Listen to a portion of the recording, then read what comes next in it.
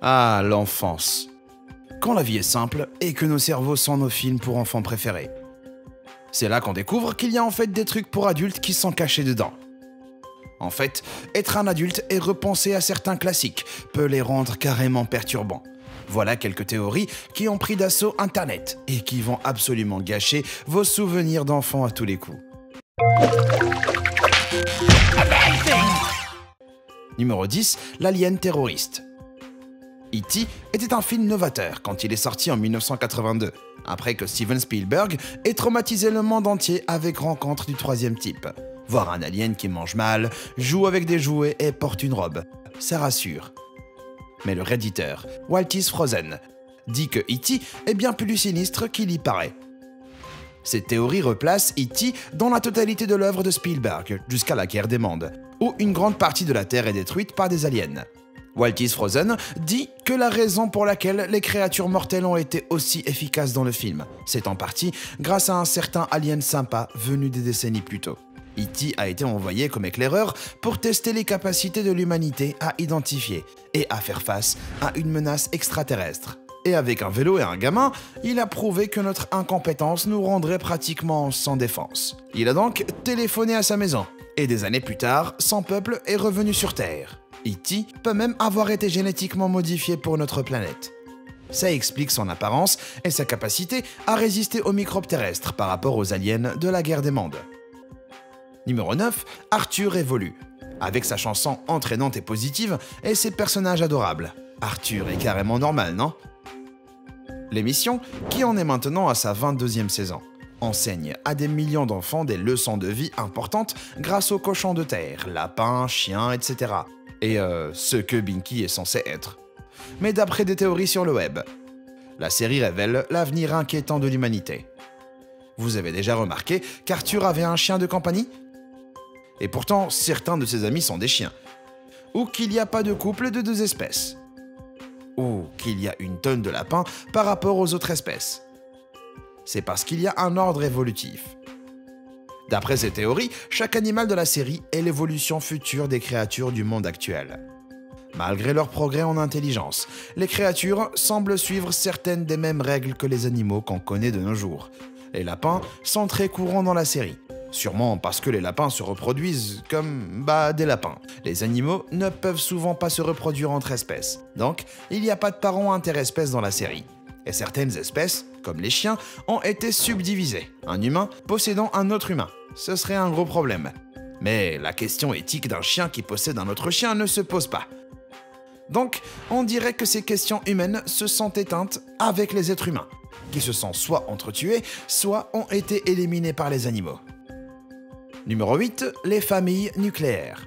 En 1987, l'icône du dessin animé Elroy Jetson a créé une machine à remonter le temps qui a atterri à Caillouville, la ville des pierres à feu. Mais si la machine à remonter le temps n'avait pas du tout remonté le temps, et si les Jetsons avaient juste atterri sur Terre dans un futur post-apocalyptique? Les Jetsons et les pierres à feu ont tous deux été créés dans les années 60, quand l'apocalypse nucléaire était une vraie possibilité. Donc les deux séries pourraient en fait avoir lieu après la guerre nucléaire.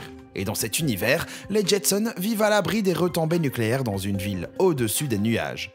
Pendant ce temps, sur la Terre desséchée, les survivants exploitent animaux mutants et ressources naturelles, en utilisant des roches et de la terre pour recréer la civilisation telle qu'elle existait avant la bombe. Réfléchissez-y. Ils ont des télés, aspirateurs, de l'argent, Noël, toutes les technologies et traditions des familles de banlieue dans les années 60. Et ils ont dû reconstruire tout ce qu'ils avaient sous la main. Et c'est pas un peu étrange d'avoir Noël, des milliers d'années avant la naissance du Christ? Elroy voulait emmener les pierres à feu dans le temps, mais il les a vraiment emmenées dans un désert nucléaire. Numéro 7, le coyote va en enfer. Mais pourquoi Ville Coyote continue à poursuivre Bip Bip alors qu'il y a plein d'autres animaux dans le désert? La réponse a toujours été sous nos yeux. Et il est en fait en enfer. Cette théorie fait référence à l'histoire de Tantale, le personnage de la mythologie grecque relégué au fin fond des enfers pour crime contre les dieux. Chaque fois qu'il essayait de boire de l'eau, elle se tarissait. Et quand il tendait la main pour cueillir un fruit au-dessus, les branches se soulevaient hors de sa portée. Ce genre de torture interminable vous rappelle quelque chose? Quel que soit le crime de Coyote, c'est plus facile de croire que c'est une sorte de punition morale cosmique que de se dire qu'un coyote qui court 2 fois plus vite qu'un géocoucou dans la vraie vie et peut manger ce qu'il veut, passerait autant de temps et d'énergie sur un seul oiseau. C'est un ancien mythe sur la moralité, mais avec de la fourrure, des plumes et des produits ACME.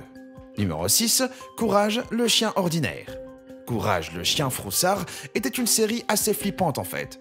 Même sans les théories noires des fans, plein d'enfants ont été traumatisés par les histoires d'un chien timide vivant au milieu de nulle part, entouré de monstres, d'aliens, de fantômes, de démons et bien plus encore. Mais si Courage était plus réel qu'il en a l'air, et s'il vivait juste une vie normale, dans une maison normale, mais en fait la vraie vie d'un chien terrifié. Les monstres du monde de Courage pourraient en fait être des choses du quotidien, comme le facteur ou l'aspirateur. Mais sous un angle plus flippant, on peut aussi se dire que la série est un aperçu inquiétant de ce qui se passe vraiment quand nos compagnons canins aboient face au mur ou dans le noir. Et tous les horribles trucs que Courage voit et que les humains ne peuvent pas voir peuvent être tout aussi vrais que nous. Numéro 5, dites non à Grand-Papa Joe. Dans le Charlie et la chocolaterie de 71, on voit la joie de Charlie. Mais il décroche son ticket d'or qui lui permet d'entrer dans la chocolaterie magique de Willy Wonka. Mais derrière une belle histoire se cache le plus grand escroc du cinéma. Grand-Papa Joe. Ce fainéant toujours couché pendant que la famille peut manger que de l'eau chaude au dîner, se lance d'un coup dans une danse digne de Fred Astaire. Dès que Charlie trouve son ticket. Et en plus, c'est un gros pervers. Pendant qu'on est distrait par la chocolaterie, Grand-Papa Joe se promène tranquillement en commettant des actes odieux, comme tripoter Madame TV. Sa perversité est tellement grave qu'un site web a été créé pour faire connaître son côté odieux. Je ne peux qu'espérer que vous ferez ce qu'il faut et ferez un don à cette noble cause. Numéro 4, qui sont les Schtroumpfs? Ils sont bleus, hauts comme 3 pommes et vivent dans des gros champignons. Alors, qu'est-ce qu'ils représentent vraiment? Les communistes? Membres du Ku Klux Klan? Des proxénètes misogynes? Ils ont tous des cagoules blanches, sauf Papa Schtroumpf, qui en a une rouge. Un peu comme dans le Ku Klux Klan.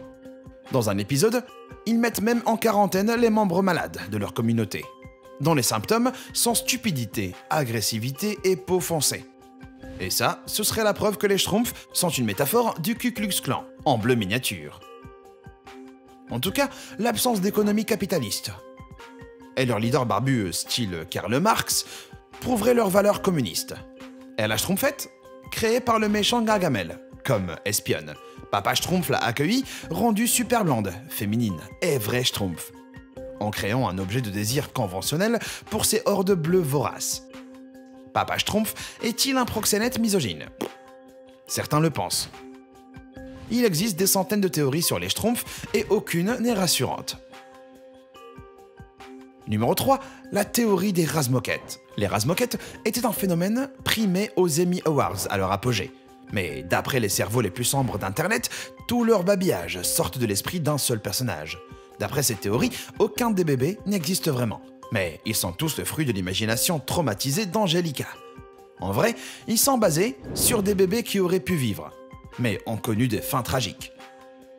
Chucky serait mort avec sa mère à la naissance, donc Angelica l'associe au souvenir de sa mère.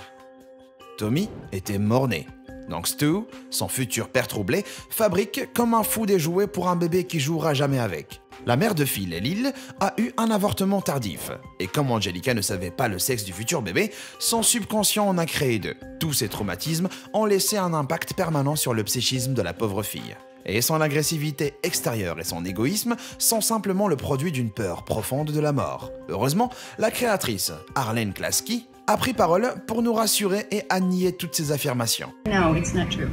Ça me fait réfléchir. Numéro 2, les origines Disney de l'âne. Shrek est considéré comme un chef-d'œuvre cinématographique par plein de personnes en ligne. Et franchement, le film est hyper marrant. Mais l'histoire de l'acolyte de Shrek qui marche, qui parle, et est un vrai sage. Et tout sauf une blague. L'âne sort tout droit d'un autre classique pour enfants assez terrifiant. Pinocchio. Vous avez peut-être réprimé ces souvenirs, mais les amis de Pinocchio ont connu un destin horrible sur l'île des plaisirs dans le vieux film de Disney. Les garçons tapageurs jouaient, buvaient de la bière, juraient et étaient transformés en ânes. Ceux qui ont fini leur transformation devenaient des esclaves, et ceux qui pouvaient encore parler étaient jetés dans une grotte. Comme Shrek parle de contes de fées, l'âne pourrait être un de ces garçons. Il a plein de connaissances sur le monde des humains et est pile le type de mec qui aurait pu se retrouver sur l'île des plaisirs. Il aurait pu être contraint aux travaux forcés après sa transformation, mais est resté muet.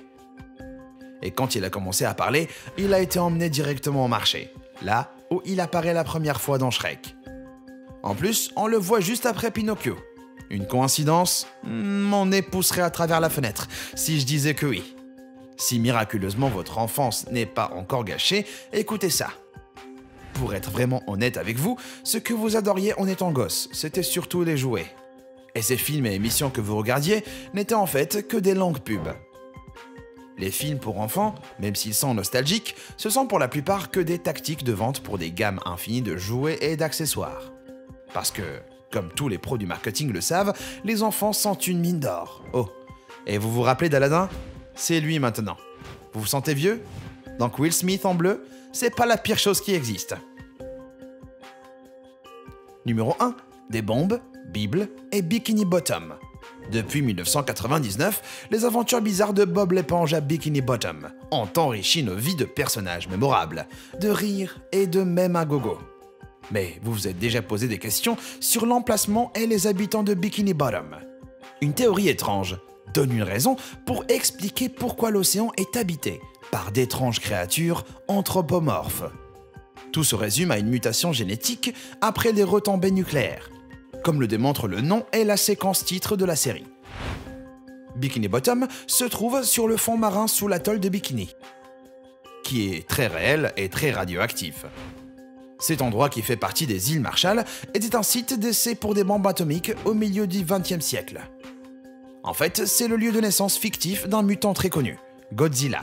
La radioactivité y était si élevée à l'époque que tous les locaux ont été évacués. Et c'est toujours pas un lieu sûr. Mais personne l'aurait dit à une certaine éponge et à ses amis, qui ont vite pris vie à cause des retombées. Mais ces mutants farfelus ont un autre but qu'avertir des dangers de la guerre nucléaire. Ils représentent les 7 péchés capitaux. Comme l'ont confirmé les créateurs de la série, les personnages principaux sont des incarnations de la cupidité, luxure, paresse, gourmandise, colère, fierté et de l'envie. La série est une histoire de tourments et de folie éternelle et volontaire dans un enfer apocalyptique sous-marin. Mais perso, je ferai quand même tout pour mettre la main sur la recette du Krabby Patty. Ces sombres théories peuvent vous causer des cauchemars, des déceptions et une longue réflexion sur le sens de la vie. Mais bon, ça, c'est le prix à payer pour devenir adulte. Donc évidemment, je rejette tout ça en bloc et j'espère que vous ferez comme moi. Quelle théorie tordue vous a le plus cassé vos souvenirs d'enfance? Dites-le moi dans les commentaires ci-dessous et merci d'avoir regardé. Et comme toujours, à bientôt.